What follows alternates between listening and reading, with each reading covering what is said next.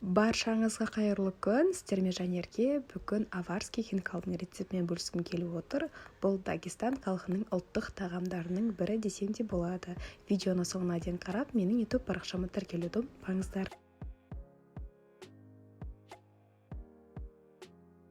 Ең бірінші етін қайнататын боламыз. Салқын суымызға етімізді салып, газға қоямыз. Көбігі шыққан кезде көбігін барлығын алып тастаймыз.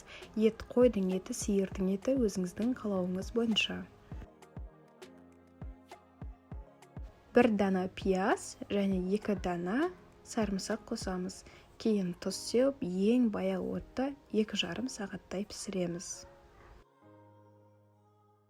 Етіміз пісіп дайын болғаннан кейін барып қамырын илейтін боламыз. Ұнға сода және тұз қосып жақсылап араластырып аламыз.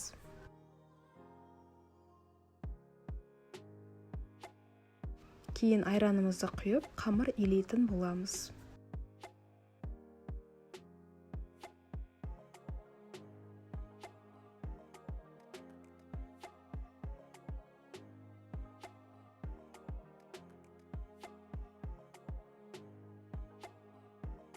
Қамырымыз илеп болғаннан кейін бетін пакетпен жауып қоямыз. 5 минуттан кейін алып, қайта илейміз.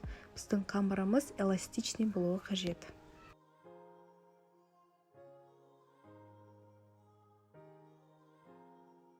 Қамырымыздың иі қанып өте әдемі болып тұр. Енді ұн себе отырып, қамырымызды жаятын боламыз. Қалыңдығы 1 сантиметрдей.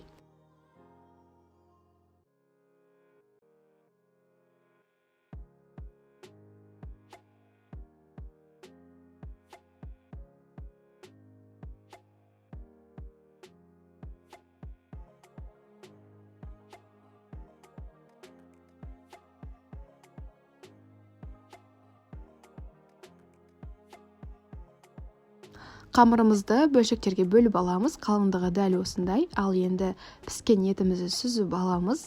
Қайнап тұрған сорпамызға қамырды салатын боламыз. Және арасында араластырып тұрыңыздар.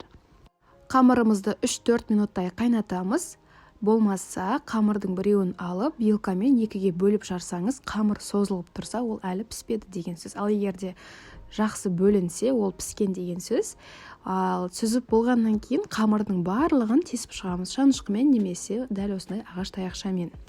Міне бүгінгі аварский хинкалымыз дайын болды. Өзіңізге ұнайтын соус түрін қолдансаңыздар болады. Ал видеом сізге ұнаса, лайк басып, пікіріңіз болса комментарий бөліміне қалдыруды. Ең бастысы менің YouTube каналыма тіркеліп, қоңыраушаны басуды ұмытпаңыздар. Сіздермен қызықты рецептермен бөлісемін. Видеомды соңына дейін қарағандарыңызға рахмет. Сіздермен болған Жанерке.